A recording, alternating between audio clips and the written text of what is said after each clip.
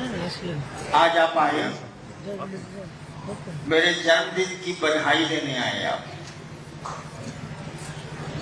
इधर घूमने की जरूरत नहीं है, मैं आगे रहने की मानसिकता में नहीं रहता, मैं पीछे रहना चाहता हूँ और पीछे से ही आवाज देता रहूंगा, बढ़े चले जवान तुम बढ़े चलो।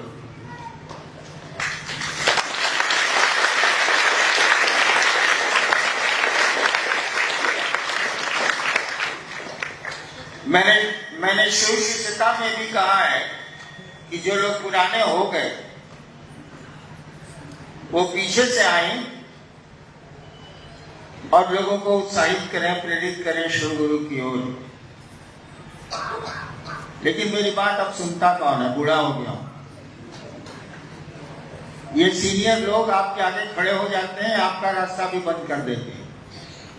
मैं न खड़ा होऊंगा, मैं आपको पीछे से पकड़ के लेता चलूंगा, आगे आप रहेंगे, पीछे मैं रहूंगा।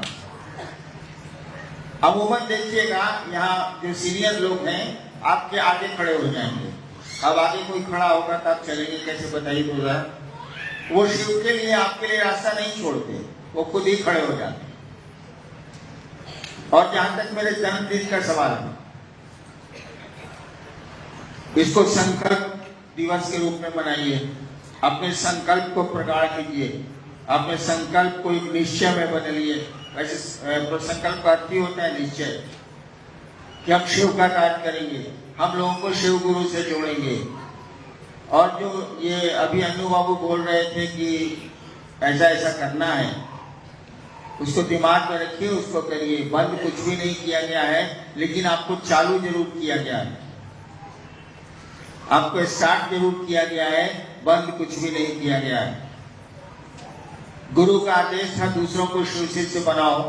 हम लोग अब शिव शिष्य नहीं बना रहे थे, हम लोग अब ढोल पुजवा रहे थे, हम लोग पैसा कमा रहे थे, हम लोग इज्जत चुरा रहे थे महादेव के नाम पर, सम्मान। गुरु का आदेश था शिव शिष्य बनाने का। और अमूमन देखिएगा कि जो सीनियर लोग हैं या तो सम्मान चुरा रहे हैं या पैसे चुरा रहे हैं, कुछ न कुछ वो चोर हो गए हैं, बिल्कुल सही है। इसीलिए नियम बना है कि भैया आयोजकों के लिए को माना जाएगा कि उन्होंने कोई शिव शिष्य नहीं बनाए, मंच संचालकों को माना जाएगा कि उन्होंने कोई शिव शिष्य नहीं बनाए, भजनिया और भजनिया जो बाजा बजाते हैं उनको भी माना जाएगा कि प्रोग्राम में आयोजन में उन्होंने कोई शिव शिष्य नहीं बनाए, और जो सुनने वाले हैं उनको भी माना जाएगा कि उन्होंने कोई शिव शिष्य नहीं बनाए। काम था दूसरों को शिव गुरु से जोड़ना, हम लोग अनर्गल कामों में घुस गए। होता ही है, धान लगाएगा झाड़ियां उपज जाती हैं, लेकिन एक दिन तो झाड़ियों को काटना पड़ेगा। इसीलिए हम लोग चले उस उद्देश्य की ओर जो आपके गुरु का आदेश है, उधर हमको आपको चलना चाहिए। जहां तक मेरा सवाल है, मैं जिंदा रहूं या नहीं रहूं, मैं आपके साथ रहूंगा। शर्त एक ही है कि आप उस गुरु के आदेश का अनुपालन करें, उस गुरु के आदेश की तरफ चलें। घर का काम भी ठीक से करें। जो घर का काम ठीक से नहीं कर सकता है वो महादेव का काम भी ठीक से नहीं कर सकता है। मैंने कहा था जो खुद का काम नहीं कर सकता है वह खुदा का भी काम नहीं कर सकता है। इसीलिए घर के प्रति भी सचेत होइए। घर को कभी मसान मत बनाइए। श्मशान और घर में अंतर होता है। मैं बहुत वर्षों तक श्मशान में रहा हूँ। घर को मसान मत बनाइए, घर को घर रहने दीजिए, खूबसूरत रहने दीजिए, और उसके साथ साथ शिव का कार्य करिए, अपने गुरु का कार्य करिए। और ये जो झाड़ियां उग गई हैं, धीरे धीरे हम लोग उसको काटने की कोशिश कर रहे हैं कि सही फसल सामने आए। हम लोग तो कोशिश कर रहे हैं, लेकिन आप कोशिश मत करिएगा।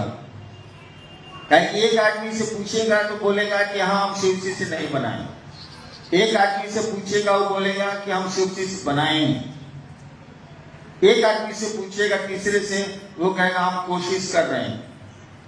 ये सारे कुछ नहीं कर रहे हैं। जो बोलते हैं कि हम कोशिश कर रहे हैं वो कुछ नहीं करते हैं, वो झूठ बोलते हैं। नहीं बनाया वो भी सच बोल रहा है, जिसने बनाया वो भी सच बोल रहा है।